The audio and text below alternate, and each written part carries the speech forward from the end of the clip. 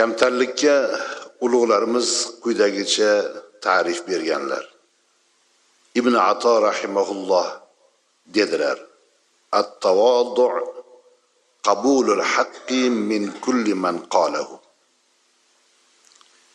Kamtarlik, tavozu bu haqni qabul qilish.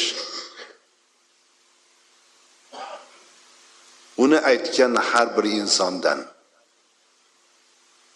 haqni aytgan har bir insondan qabul qilishdir. Kamtarlik, tavozuning ta'rifi shu.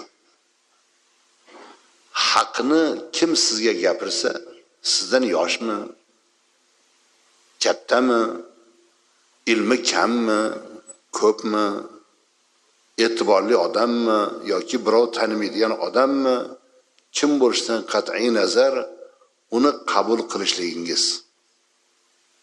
Kamtarin odam kim haqiqatni gapirsa, uni qabul qiladi.